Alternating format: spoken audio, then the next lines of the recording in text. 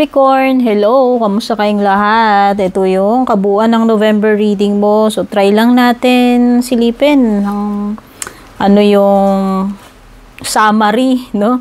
Pinaka-summary ng November mo, Capricorn. So, pwedeng mag-resonate, pwedeng hindi. Kunin nyo lang anong tumutugma para sa inyo. At kung bago po kayo dito sa aking YouTube or Facebook, please don't forget to subscribe and follow. At kung interesado naman po kayo sa personal readings, kung gusto nyo mag-inquire or mag-book, send lang po kayong private message sa aking Facebook page. Yung link at details po nakalagay sa description below. So, bago natin simulan yung reading ninyo, Capricorn, i-ready mo yung pen and paper mo. Pwede mong i-rewind. Kung nabilisan ka, hindi mo na-catch, ibibigay ko yung lucky day, lucky numbers. Capricorn, lucky day mo Monday, lucky numbers mo 54, 2, 37, 29, 1, at saka 6.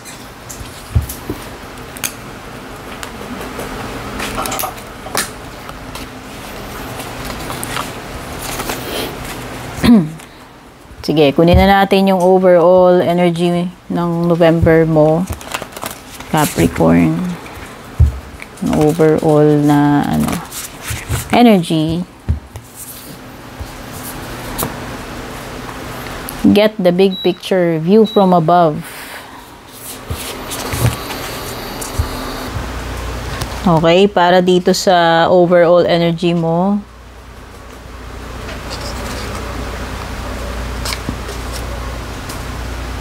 Capricorn, no? Sabi dyan, get the big picture. So, siguro, mag-focus ka lang muna, Capricorn, doon sa mga importante. Kumbaga,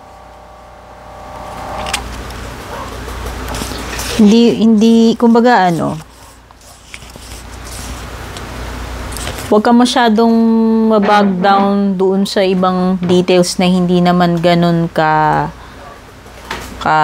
importante or ka priority.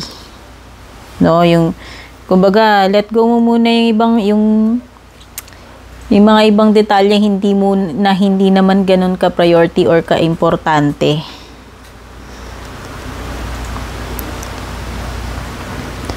Let go mo muna yung mga petty concerns na yan. Gawin mo lang muna itong November what is truly important, no? Try mong tignan yung kabuuang picture, i-analyze mo kasi minsan 'di ba pag sobrang dami ng details na tayo parang naguguluhan, no? So, dapat i-analyze mo sa kabuuan ng picture na yun. Ano ba muna yung dapat mong unahing bigyan ng attention. Okay, yun. Ito yung overall energy mo. So, i-release mo muna yung mga ibang worries, yung mga anxieties na yan, no? At mag-focus ka lang muna what's truly important. Yun lang muna yung bigyan mo ng attention itong November. So, tingnan naman natin, Capricorn, what's next for you itong November. What's next for Capricorn itong November? Uy, discovering truth. You stand in the light of truth. Okay, so talagang talaga may mga bagay kang para ka nagsisegregate dito kasi yung overall energy mo, Capricorn, diba sabi ko nga yung titignan mo muna yung kabuuang scenario tas i-analyze mo alin-alin doon yung mga priority, ano yung hindi, pero ito kasing what's next sa iyo is gusto mo ring ma-discover yung truth at mukhang yun yung isa sa next na gagawin mo.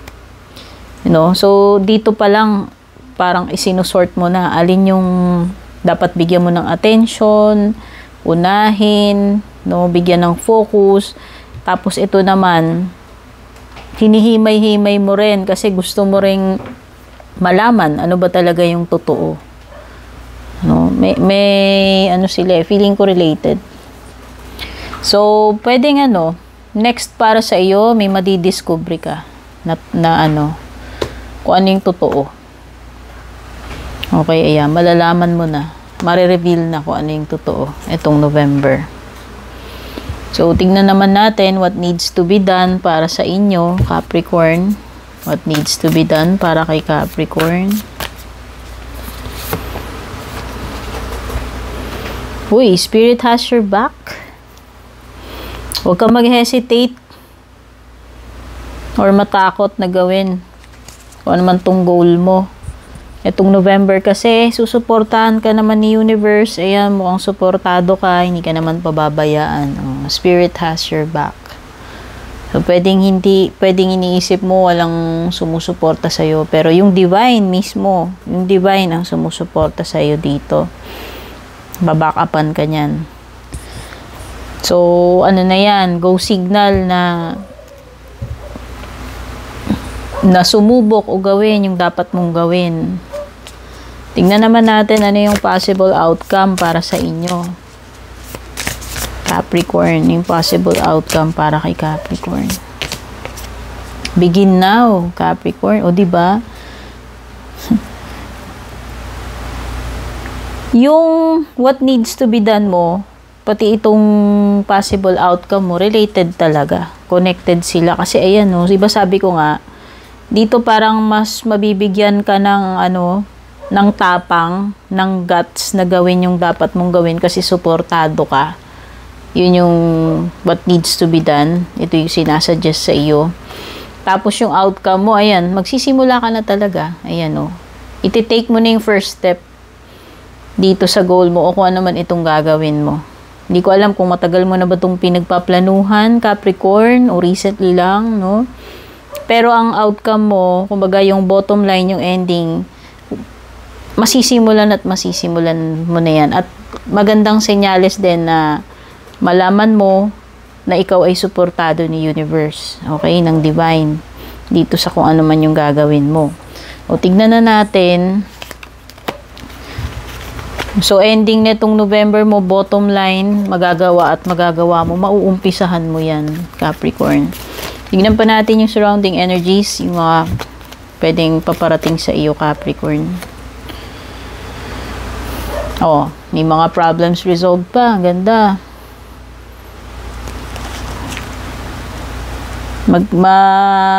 Susolusyonan mo yung problema mo, no? May news on the way pa para sa iyo. Sana good news ito, Capricorn. Paparating sa iyong balita, no?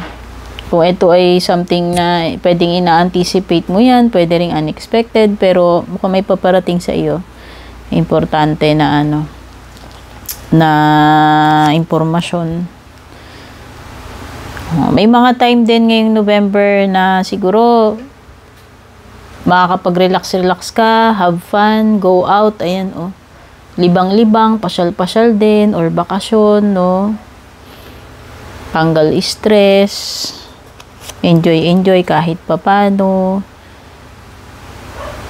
Meron tao ngayong November, madidisappoint ka o makukonsumi ka siguro kasi ayan. Iniisip mo, pwedeng maasahan mo tong tao na to, pero ang mangyayari is the opposite. No? Ine-expect mo na dapat maaasahan mo siya, pero ending hindi pala. Ayan, oh. Pwedeng lang to, yung drawing. Maasa ka, tapos akala mo maaasahan mo tong person na to, ending bibiguin ka lang. Insincere pa, oh.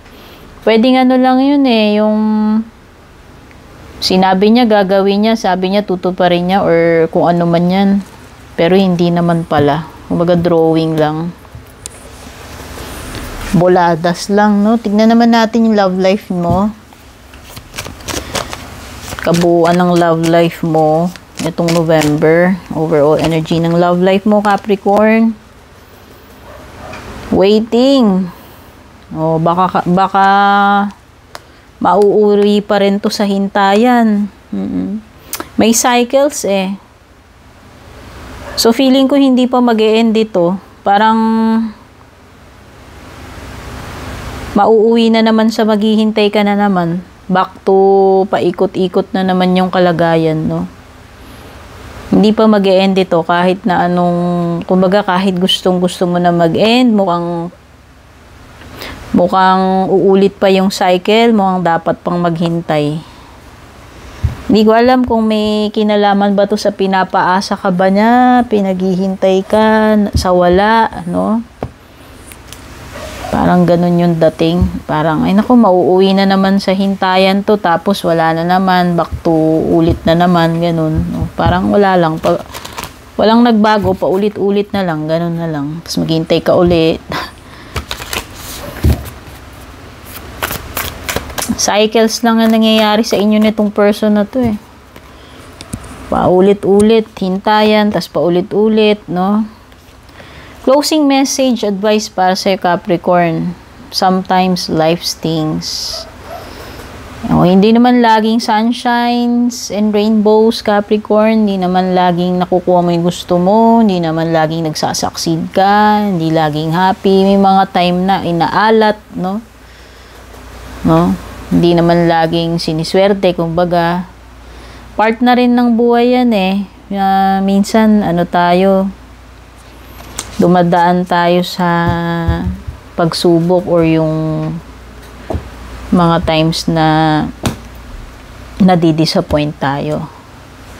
Okay, so yun lang. Pwede sigurong may mga sitwasyon na ganyan para sa iyo ngayong November, alat, no? Hindi makukuha yung gusto mo, pero reminder lang tong card na to na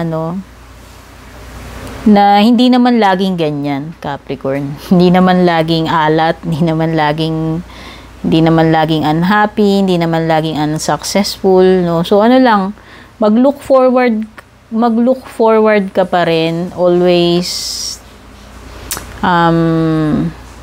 hope for the best. Yun yung mensahe dyan. Okay, Capricorn, sana naman nagustuhan mo to. Don't forget to like and share. Thanks so much for being here. Take care at kita-kits sa ating next na reading.